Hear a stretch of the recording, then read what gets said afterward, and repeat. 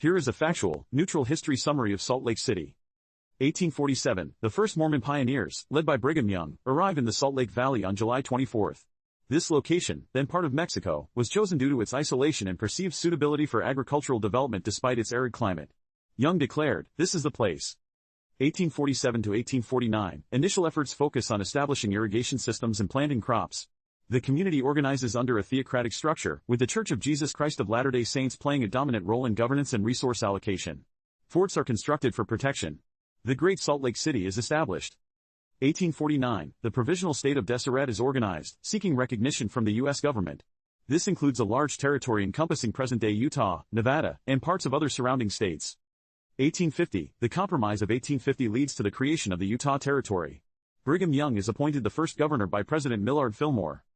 1850s, tension increases between the Mormon community and the U.S. federal government, primarily due to polygamy practice within the church and the perceived theocratic control. 1857 to 1858, the Utah War. President James Buchanan sends federal troops to Utah Territory to replace Brigham Young as governor and ensure federal authority. This is largely a bloodless conflict, resolved through negotiations. Alfred Cumming is appointed governor. 1860s, the American Civil War diverts federal attention. Salt Lake City continues to develop as an agricultural center. Efforts begin to connect the city to the National Transportation Network.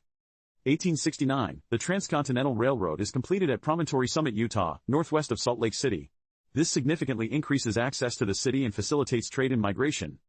1870s-1880s, anti-polygamy legislation intensifies. The Edmunds Act, 1882, and Edmunds-Tucker Act, 1887, disincorporate the Church of Jesus Christ of Latter-day Saints and seize its assets. Federal marshals prosecute polygamists. 1890, the manifesto is issued by Church President Wilford Woodruff, officially advising members to refrain from contracting any marriage forbidden by the law of the land. This marks a turning point in the relationship between the church and the U.S. government. 1896, Utah is admitted to the Union as the 45th state. A new state constitution prohibits polygamy.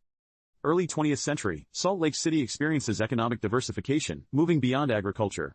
Mining, particularly copper mining in nearby Bingham Canyon, becomes a significant industry.